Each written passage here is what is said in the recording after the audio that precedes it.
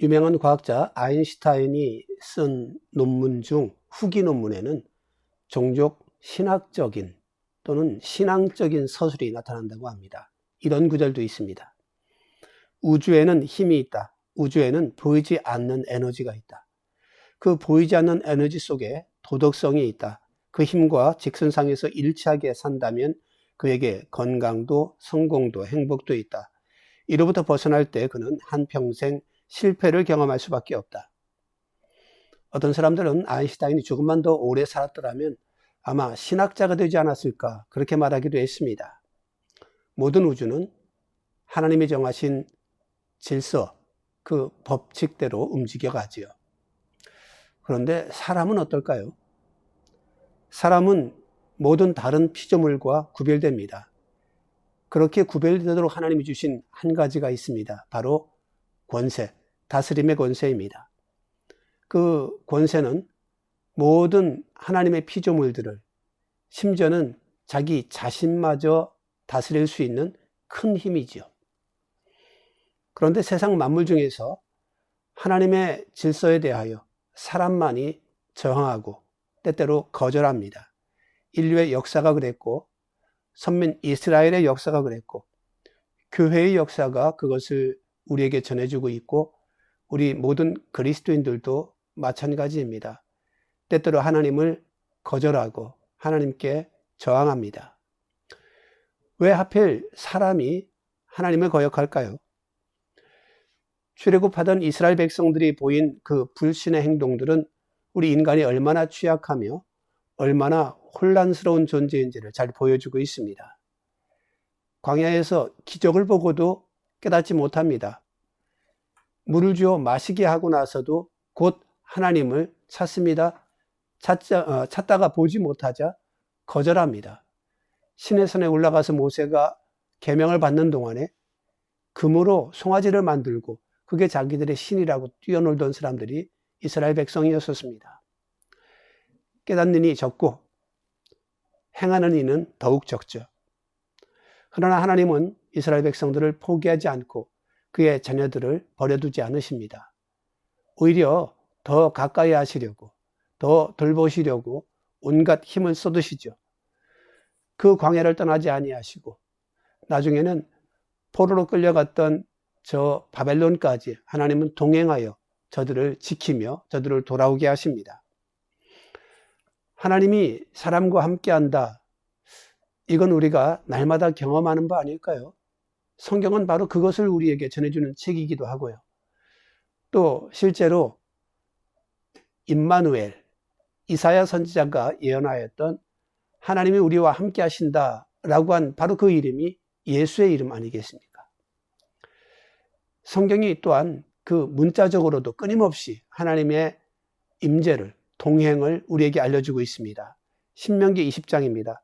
너희 하나님 여호와는 너희와 함께 행하시며 너를 위하여 적군과 싸우시고 구원하실 것이라. 시편 121편도 말합니다.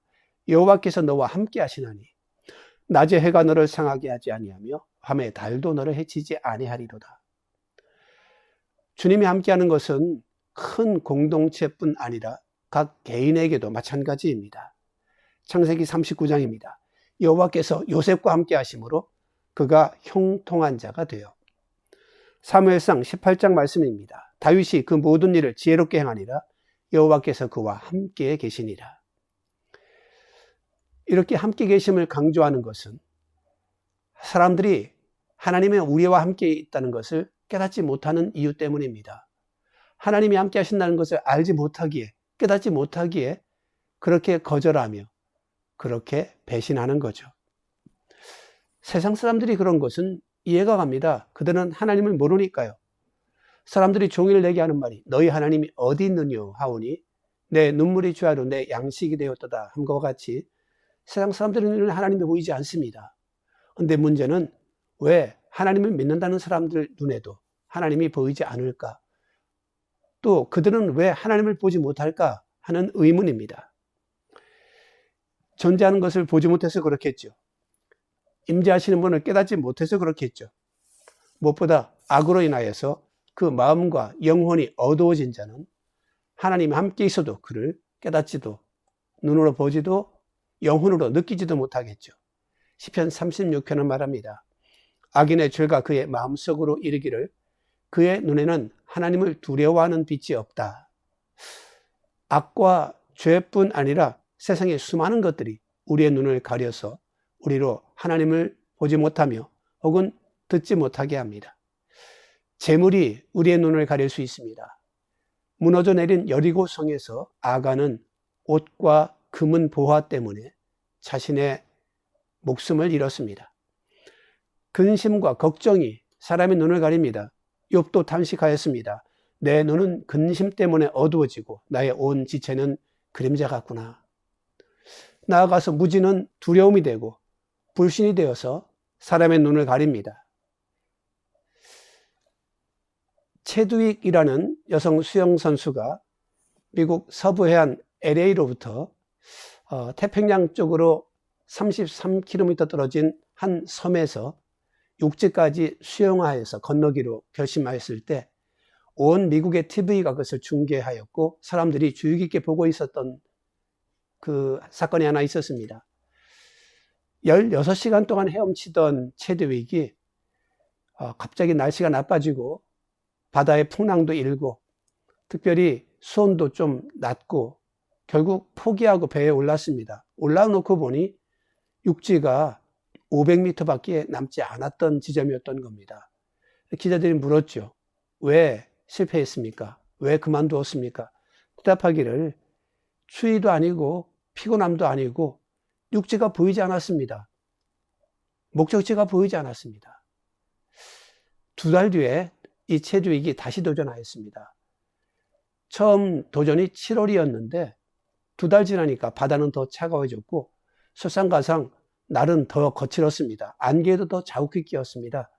그런데 이번에는 성공하였습니다. 그 비결을 묻는 기자들에게 체드윅이 대답했습니다. 눈에는 안 보였는데 내 마음속에는 저 목적지가 보였습니다. 그겁니다.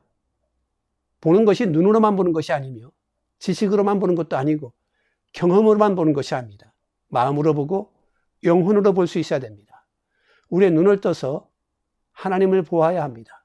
나와 함께 계시는 우리 속에 소원을 두고 행하시는 내 삶에 내 소망만 있는 것이 아니라 하나님의 소망, 하나님의 분깃도 있다는 것을 눈을 떠서 볼 수 있어야 합니다. 하나님이 함께 계시다는 것을 아는 힘, 이것이 우리의 영혼의 힘이고 믿음의 힘입니다. 이것을 잃어버리는 것은 가장 큰 삶의 자산을 잃어버리는 겁니다. 그래서 시인도 부르짖었습니다. 시편 13편입니다. 여호와 내 하나님이여 나를 생각하사 응답하시고 나의 눈을 밝히소서. 두렵건대 내가 사망의 잠을 잘까 하오며. 눈을 떠서 하나님이 우리와 함께 있으며 내 삶의 여러 가지 여정들과 혹은 복잡함 속에 가장 또렷하게 주님의 소망도 주님의 분깃도 있다는 것을 알 때에 우리의 삶에 새로운 목적이, 새로운 힘이, 새로운 동행이 생기는 겁니다. 사실 그 동행, 그 임재는 조금 방향이 다르긴 합니다. 우리가 하나님과 동행한다. 이것이 오면 어쩌면 이 성경의 바른 표현입니다. 성경에 여호와께서 사람들과 함께 하신다 많이 있습니다. 동행이라는 단어로 한정해 본다면 성경에 그런 구절은 없습니다. 하지만 특별한 구절 2개가 있습니다.